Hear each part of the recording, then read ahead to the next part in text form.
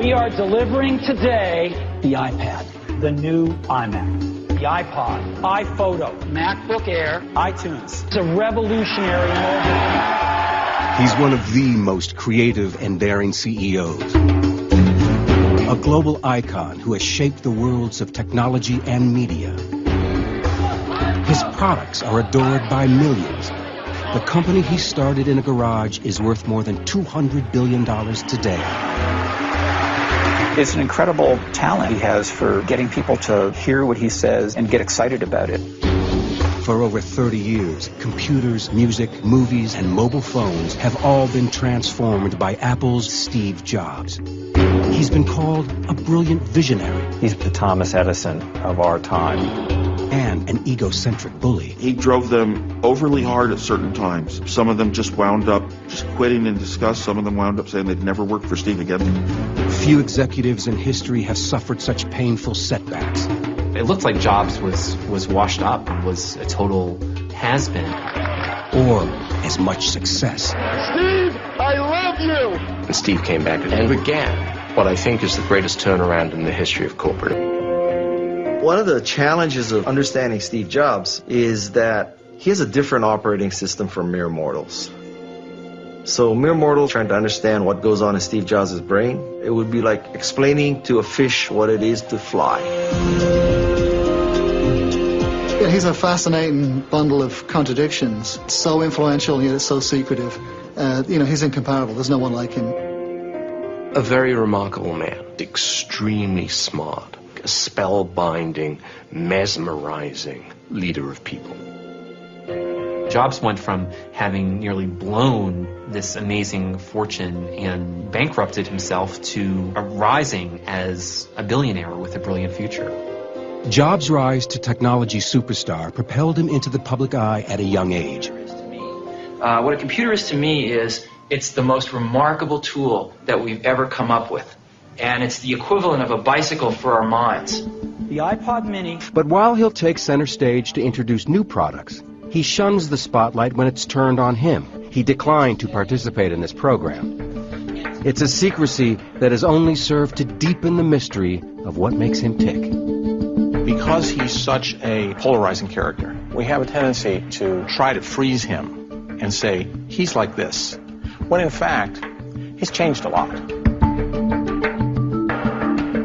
Jobs is a true son of Silicon Valley. Born in 1955 in San Francisco, he was raised in its freewheeling culture of experimentation and innovation. Alan Deutschman is an author who has written extensively about Jobs and Apple. Steve Jobs, from going back to when he was a teenager, was very influenced by the 1960s, 1970s counterculture. He loved the Beatles, he loved Bob Dylan.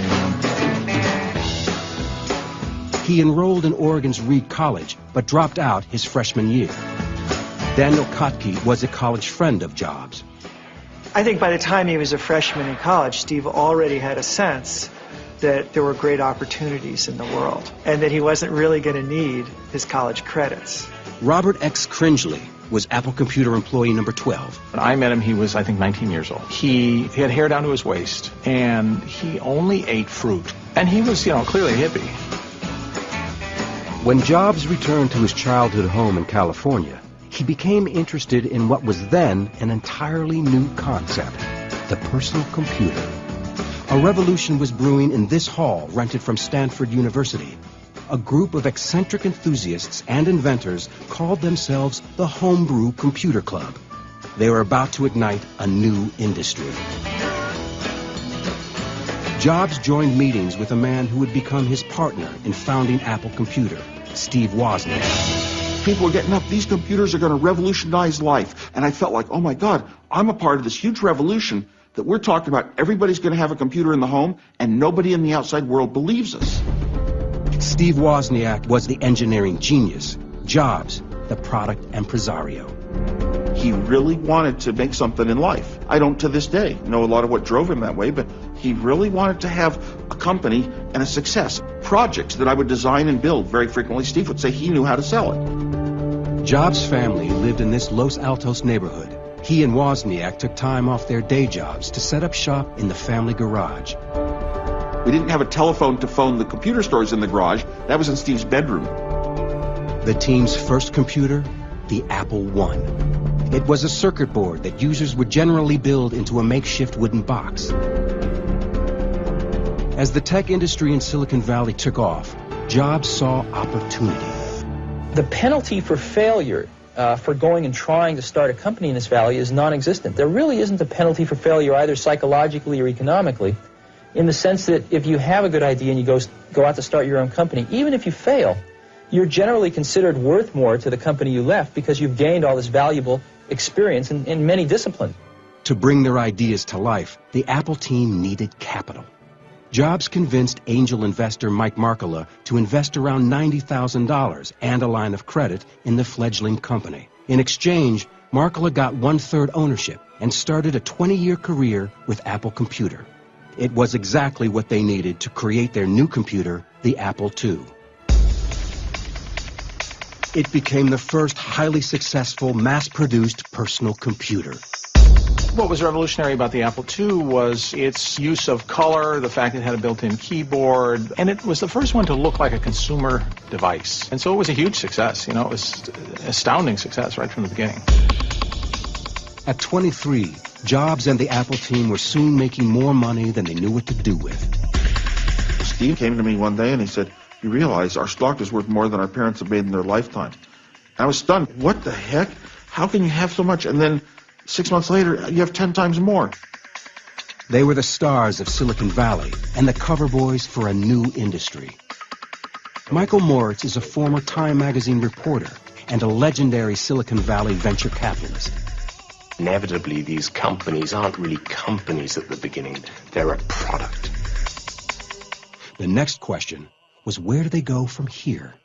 Steve was always worried about competition from companies like IBM and everybody else in the world, and how are we going to avoid them? And you've got to stay out in the technology lead. There's always that sense of anxiety and tension associated with the question, how can we possibly follow this?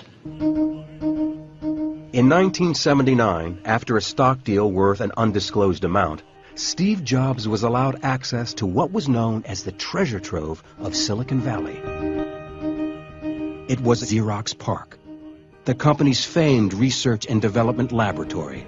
Jobs and his team saw the future here, the way computers would be used, including the use of graphics and a small device that had not yet been revealed to the outside world, a mouse. He saw it and he was just blown away. He thought, well, this is the future of computing.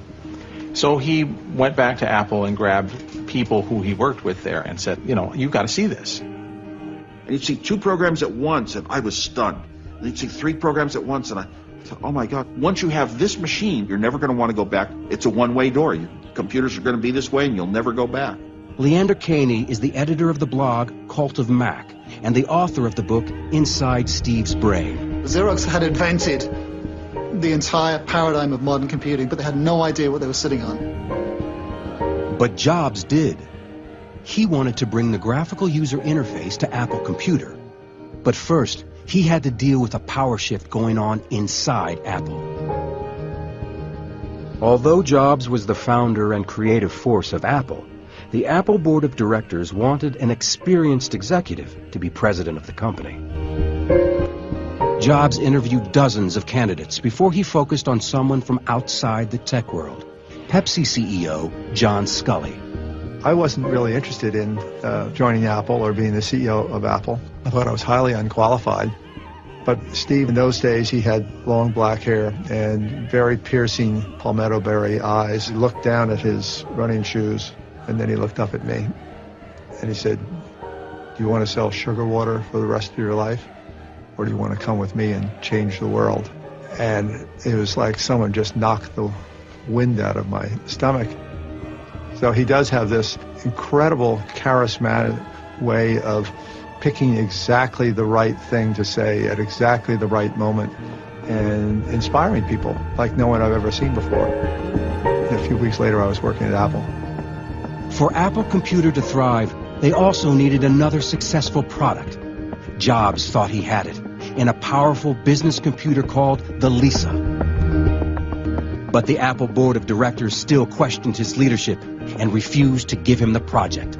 Steve expected it to be his. You know, it's his idea. We're going to do it. It's going to be mine. And they said, no, don't think. Steve Jobs was taken off Apple Computer's Lisa project. Steve was used to succeeding. Being turned down to be the head of the Lisa division was his first personal failure. Even though he was chairman of the board and co-founder of the company, they said he wasn't experienced enough to run the Lisa team. And so he was unhappy about that. Jobs threw himself into another project, a computer created by Apple employee Jeff Raskin that would use similar technology but be available to consumers at a much lower price. He felt this would break open the market. Or rather, to characterize Steve's brain properly, or rather, the market ought to break open, you know, if the market had any sense. The project was named the Macintosh. He set up shop in an outlying building in the Apple complex and took a small team of Apple's best engineers with him. There was a black pirate flag flying on a mast on the front of the building, and this signified what Steve said was, we're the pirates, and the Lisa team were the Navy. Also during this time, the 29-year-old Jobs bought an historic mansion in pricey Woodside, California. The 17,000-foot Spanish mansion was considered by some in town to be a cultural landmark. He lived there as a kind of weird hermit recluse while developing the Mac, and it was famous for being completely empty of furniture. He slept on a bare mattress on the floor.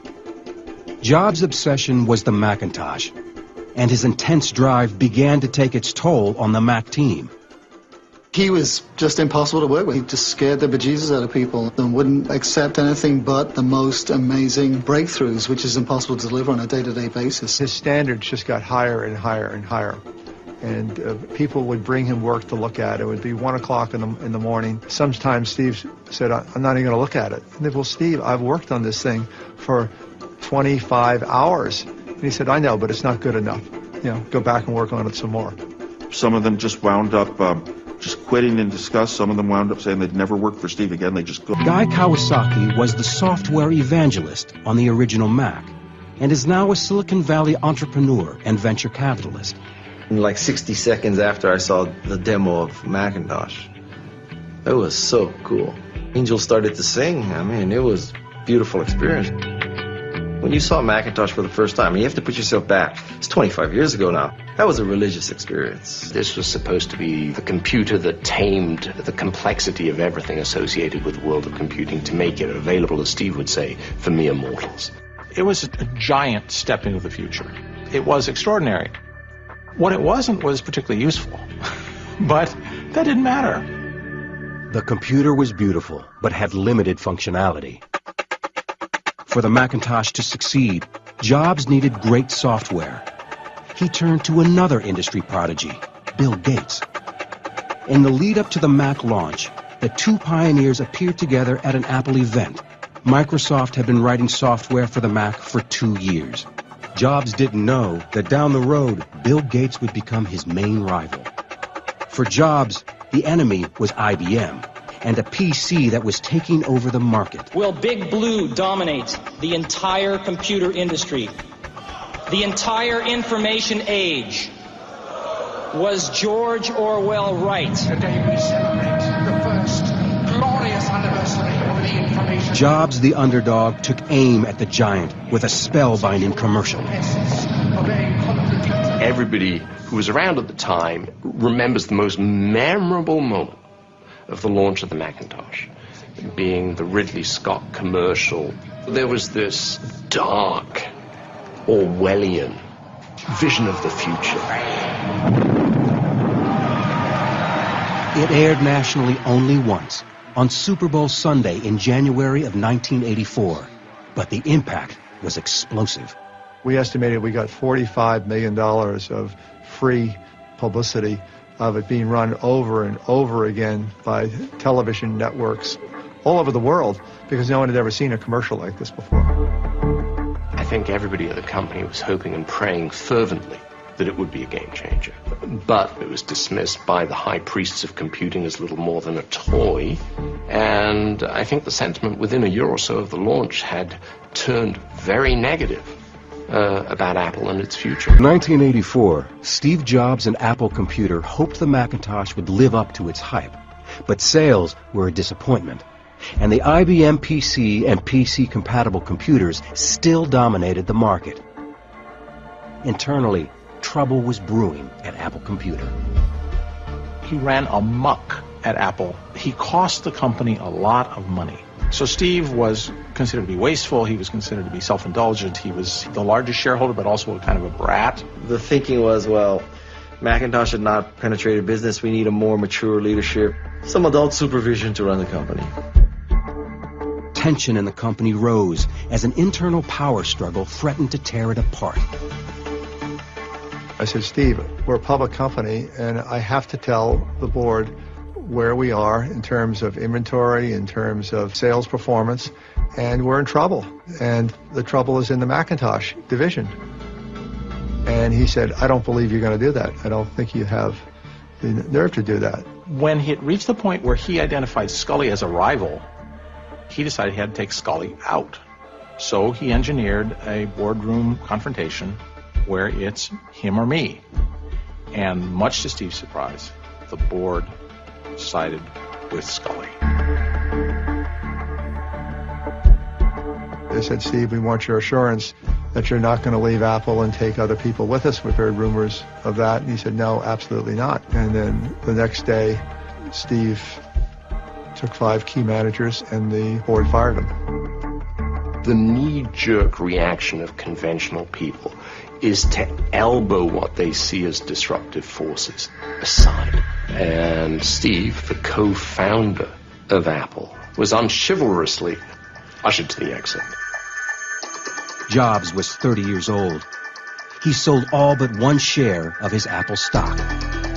For Steve, it was a statement. It's a vote of no confidence in the company.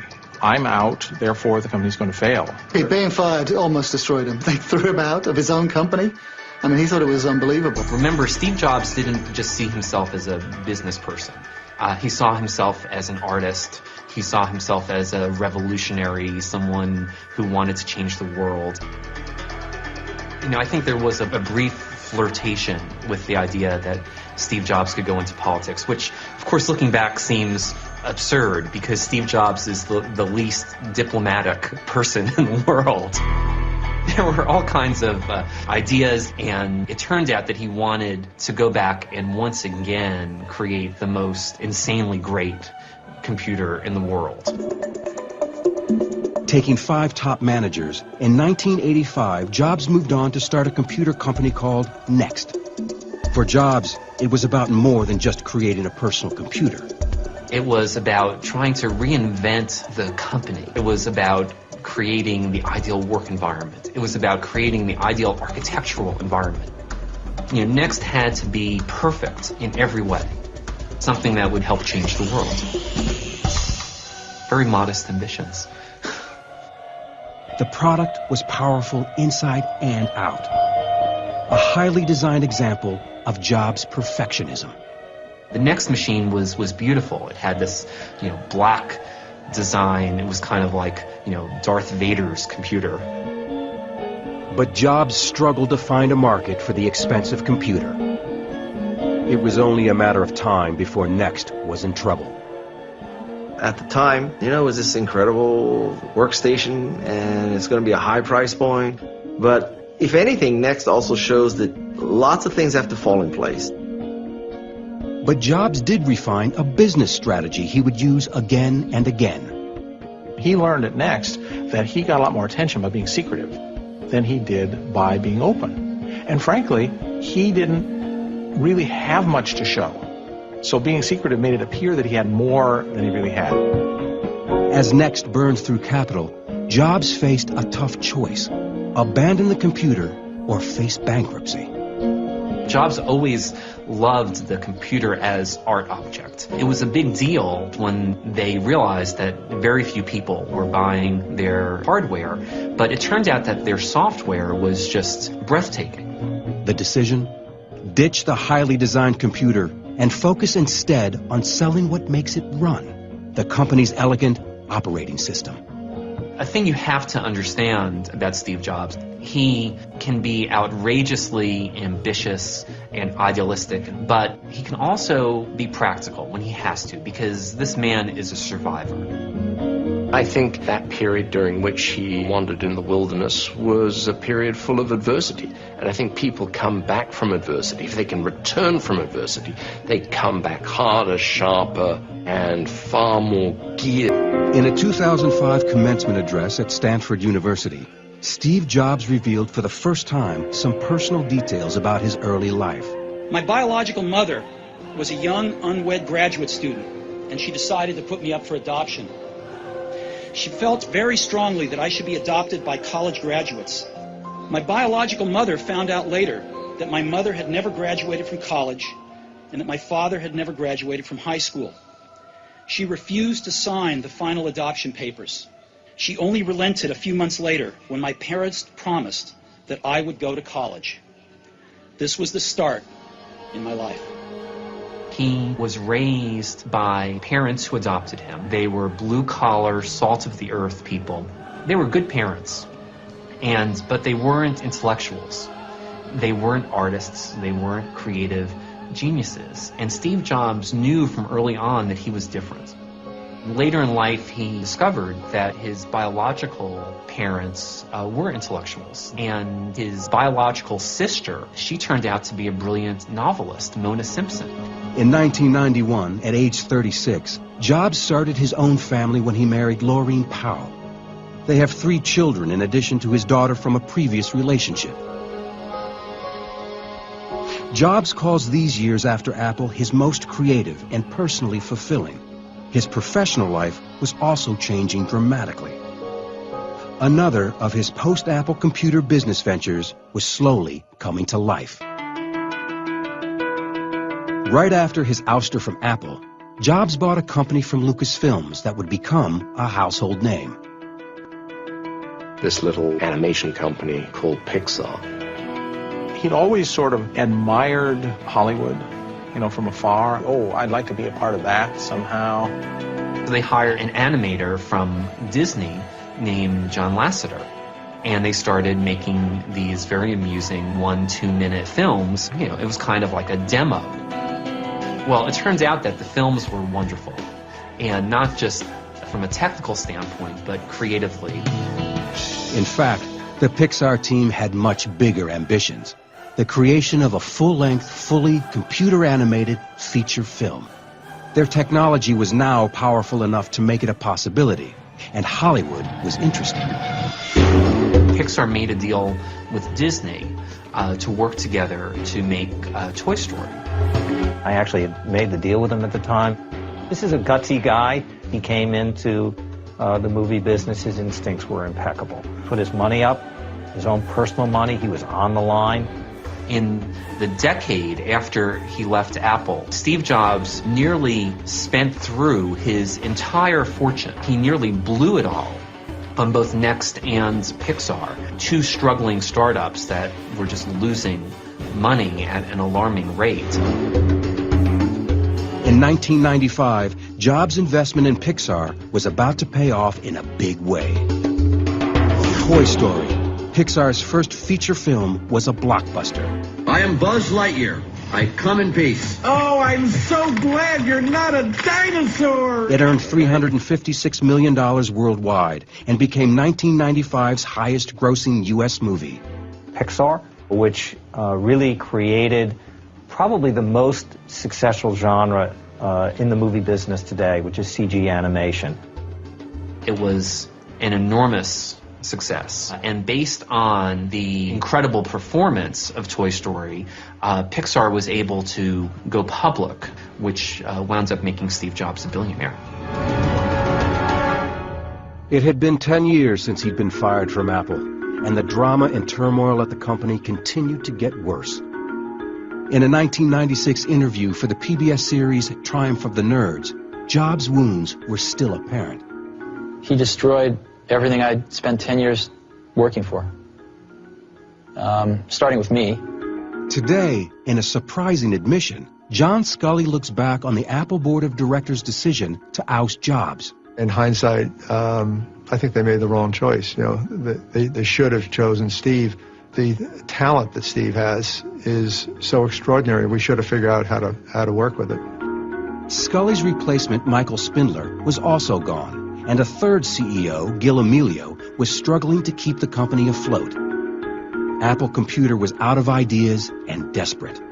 After Steve left the company, it lost its compass, lost its mission. It lost its founding spirit. Its products got old and stale. And during that whole period, Microsoft had gotten stronger and stronger. Computers running Windows accounted for nearly 80% of the market. Apple's market share could not break 11%. And their ousted co-founder was sitting on an operating system that could save them.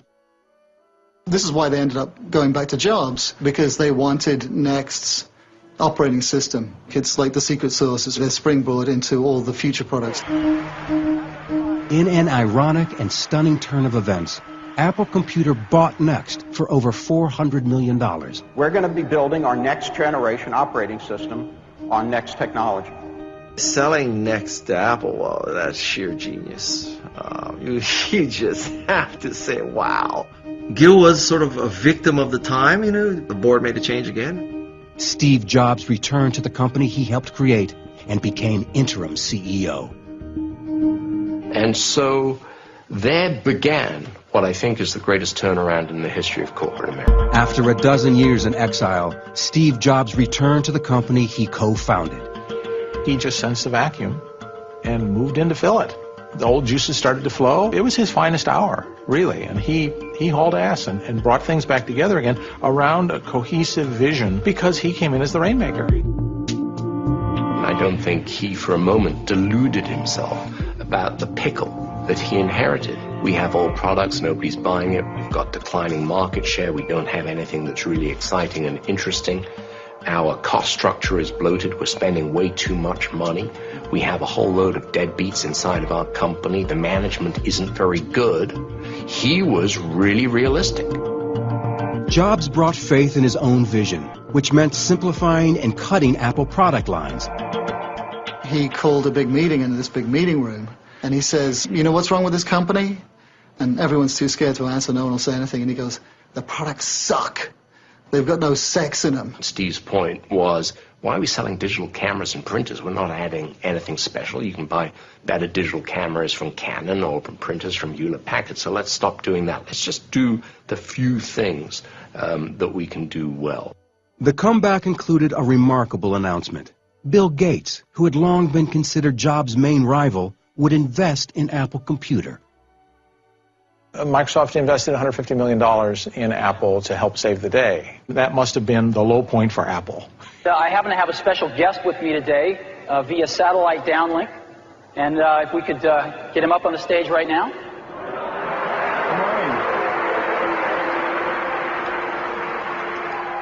We're very excited about the new release we're building. This is called Mac Office 98.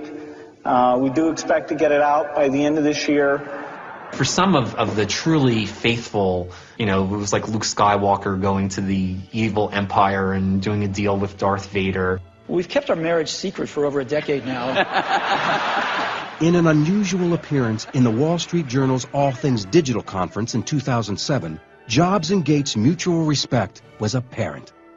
There were too many people at Apple and in the Apple ecosystem playing the game of, for Apple to win, Microsoft has to lose. And it was clear that you didn't have to play that game, because Apple wasn't going to beat Microsoft. Apple didn't have to beat Microsoft. Apple had to remember who Apple was, because it had forgotten who Apple was. Once back at Apple, Jobs' characteristic flair for marketing came back in full force. Ken Siegel worked with Jobs on a breakthrough advertising campaign that defined their new direction. Here's to the crazy ones, the misfits, the rebels, the troublemakers, the round pegs in the square holes. You're looking for that thing that could crystallize what's different about Apple. Ideas are flying back and forth. Because the people who are crazy enough to think they can change the world are the ones who do. I think at some point the words "think different" appeared, and suddenly they were like, that's kind of magical. That strikes a chord. Think different became the line that launched Apple's rebirth. Steve was aware of every detail. I mean, literally every word, every image, working with different companies, working with, Intel, Dell, IBM, companies like that. You don't get that sense. I mean, the top guy in one of those companies is not going to know about the third paragraph of copy in the ad that's running in Newsweek that week. Steve did. One of the reasons why I thought the words were so perfect is I think you literally could have hung a sign that said "Think Different" in the garage when Wozniak and Jobs created their company. It would have been appropriate then, as it is today. And I always thought that advertising campaign really wasn't directed to the general public. It was really aimed at the people inside of Apple Computer. And it was think different. Let's not do what everybody else is doing. Let's not mimic Microsoft. Let's not chase IBM. The only way we're going to carve out a special place for our company is to think different. Jobs was back at Apple Computer, but the company was still in trouble and needed a lot more than the morale boost that came with the return of its founder. It needed a hit product. Jobs turned to industrial designer Jonathan Ive, who in this rare interview with the BBC talked about how he redesigned what had become a boring beige box. A lot of people at that point in time were nervous around computers, around technology. So a clear goal was, how we could make the product accessible, not intimidating. How we could make it just so simple to use. As creative director at the advertising agency Chiat Day, Ken Siegel was one of the first to see the mysterious new product. We knew that something was coming and that it would be very special. So, one day the team went up there and we sat in a room and there was this thing sitting on the table under a gray, cloth of some sort. And, a little introduction, and here it is. There was kind of a gasp from around the room because keep in mind that no computer had ever looked anything like that. It was transparent. You could see the guts of it. It looked like it came out of the Jetsons or something. The iMac was an astounding success. The thing was the biggest selling computer of all time, 6 million units sold, and it really sort of set the stage for Apple's comeback. If that hadn't been a hit, Apple and Steve Jobs would be history. It gave them enough money and enough momentum, to start coming out with other products. Slowly, Apple's fortunes began to change. The wins at the beginning aren't big wins, they're small wins. It's just, at the beginning, it's stopping the decline. When you start going sideways as opposed to continuing the decline, that's a bit of a victory. In an era of product research, Steve Jobs is a one-man focus group. They do zero marketing. Zero. Zippo. There's a famous Henry Ford quote, if he had asked people what they wanted, he would have built them a faster horse. A lot of companies try to figure out what people want and then build that, and Apple doesn't do that. He doesn't listen to his customers at all. That's the last person he's going to listen to. They're knuckleheads. They haven't got a clue what they want because they've never seen it. He's inventing this stuff before anyone's seen anything like it. In 2000, Jobs dropped the interim title and became permanent CEO of Apple Computer. Soon after, he saw the future, and it was not a personal computer. This is the best thing I think we've ever done. In October 2001, Jobs unveiled something that even for Apple was groundbreaking. The iPod went from concept to market in about 8 months. But the iPod itself was only one part of a much bigger plan. I think the genius of the iPod was iTunes, not iPod. Jobs was going after a music business under siege by piracy and file sharing. The introduction of Napster and things that came after Napster is pretty much can be looked at as the tipping point when revenues started to fall. Larry Kenswell and other music executives were called up to Apple's Cupertino offices to negotiate terms that would define the future of the music industry. The negotiation was classic Steve Jobs. He simply said, if I can't sell it for 99 cents on my store, I am not selling it. That's it. No discussion. The music industry had few other options. In business, you're used to a lot of give and take. That's not Apple's way. Apple's way is they get what they want. It seemed like a good deal at the time, until iTunes became available on Windows as well as Macs. The record industry then realized just who had a bigger hit. A complete monopoly of retail online. Both Apple and the music business have come out ahead because of Apple's entry. But Apple has made a whole lot more money because they're selling hardware for hundreds of dollars, and the music business is selling 99-cent products. Since they were unveiled in October of 2001, over 250 million iPods have been sold. Tony Saganagi is Senior Research Analyst at Sanford C. Bernstein & Company. Starting in 2003, 2004, we started to see real volumes in the iPod. That was really when Wall Street, the stock price, started to move. The company started growing again, started innovating again. On May 15, 2001, Jobs unveiled an entirely new way to bring his products to consumers. And they, behind the scenes, for 9 months, built a series of prototype stores until they figured out the format they wanted. The Apple stores began to show staggering success. We had 26 million visitors during the holiday quarter in our retail stores. I mean, think about it. This is more people than live in any state in our union but California. Well, they're unbelievable profit machines. The company's product launches became huge events. Anticipation and speculation grew to a fever pitch with every new product, much of it due to the showmanship of its leader. Good morning and welcome to Macworld. We've got a lot of great stuff for you today. He likes being the center of attention. He likes running the show. He's a big rehearser. Being a hippie, you wouldn't guess it. You would say, oh, he goes up and wings it. Forget it. There is nothing winged here. We went into the holiday quarter with the best lineup of music players on the planet. If you're an Apple product manager and Steve is going to introduce your product, the prior 3 months to that day, your life is hell. And it's only going to be 10 seconds. But at 10 seconds, you're going to sweat blood for those 10 seconds. It's the new iPod now. It's a perfect match because he's a showman who can really introduce a product, and he has great products to introduce. You can be a great showman and have a piece of crap and fail. You could also have a great product and be a lousy show person and also fail. He's both.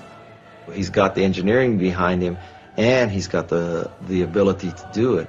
We believe that the personal computer is undergoing a rapid evolution to be the center of our digital lives, and we have never been more excited about this stuff. Jobs' signature approach is known as the reality distortion field. You just want to believe everything the man says. It's an incredible talent he has for getting people to hear what he says and get excited about it.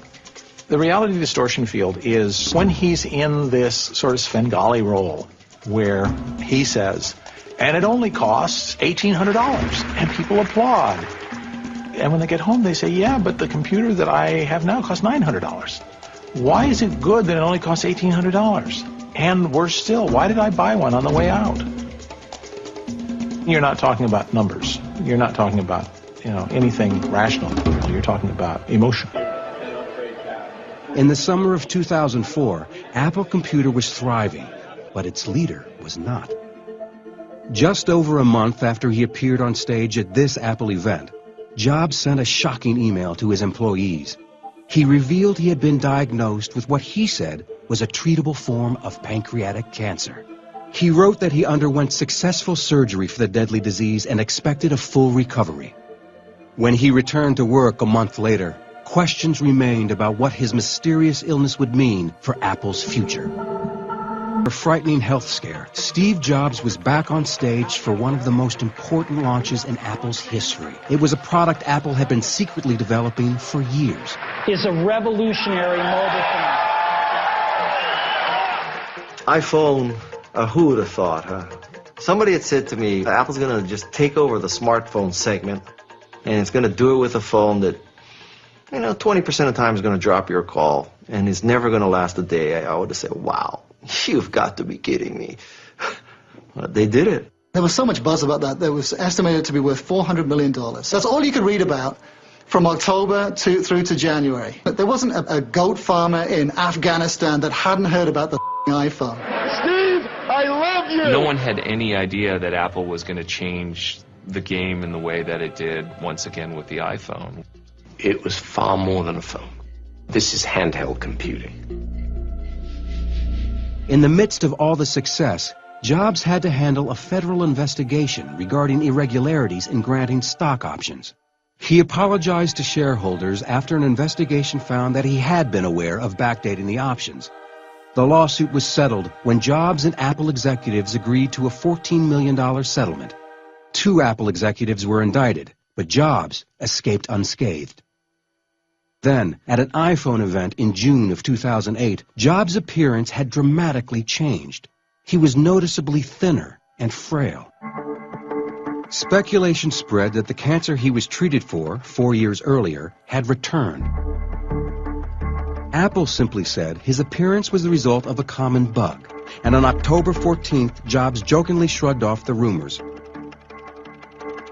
But then, for the first time since he came back to Apple, the company announced that Jobs would not appear at Macworld. In less than 3 weeks' time, with the mainstream media and blogosphere in a swirl about his condition, Jobs publicly released a letter to Apple employees that said his continued weight loss was the result of a hormone imbalance. Just 9 days after that, on January 14th, he finally said his health problems were more complex and announced a medical leave of absence. Day-to-day operations were turned over to Apple's chief operating officer, Tim Cook. One of the few, if not the only, bum rap that Apple has among investors is that they are secretive and they are not as communicative as other companies. On Steve Jobs' health, investors feel we own the company. We ought to know if the leader of this company has a risk of not being able to continue to lead it, or may only be able to lead it in diminished capacity. 4 months later, on June 20th, Apple leaked the stunning news that Jobs received a liver transplant in Memphis, Tennessee. In September 2009, he returned in his trademark outfit to his familiar mark on stage. As some of you may know, about 5 months ago, I had a liver transplant. So I now have the liver of a mid-20s person who died in a car crash and was generous enough to donate their organs. And I wouldn't be here without such generosity. I'm vertical. I'm back at Apple, loving every day of it. State senator. Jobs has since admitted he nearly died waiting for a liver transplant and has become a public advocate for organ donation. I was almost one of the ones that died waiting for a liver in California last year. I was receiving great care here at Stanford. But there were simply not enough livers in California to go around. Not even a dreadful illness could sideline the recovering Jobs from another insanely hyped product launch. In 2010, he revealed yet another device with his typically less than subtle script. It's phenomenal, fantastic. It's the best device I've ever seen, and we'd like to show it to you today for the first time. And we call it the iPad. The post-PC era has begun, and Steve Jobs has already grabbed the lead. In a sign of the shifting tension between tech giants, a fierce battle is developing between Google and Apple. Google is moving into the mobile market. Sales of new phones with their Android operating system have surged past the iPhone. Despite all the cutthroat competition, Steve Jobs' place in history is secure. Looking back at the 2005 Stanford graduation, Jobs gave what some now consider to be one of the best commencement addresses of all time. Don't let the noise of others' opinions drown out your own inner voice. And most important, have the courage to follow your heart and intuition. They somehow already know what you truly want to become. Everything else is secondary. Ever a child of the 60s, he signed off with words from a favorite source, the Whole Earth Catalog. Stay hungry, stay foolish.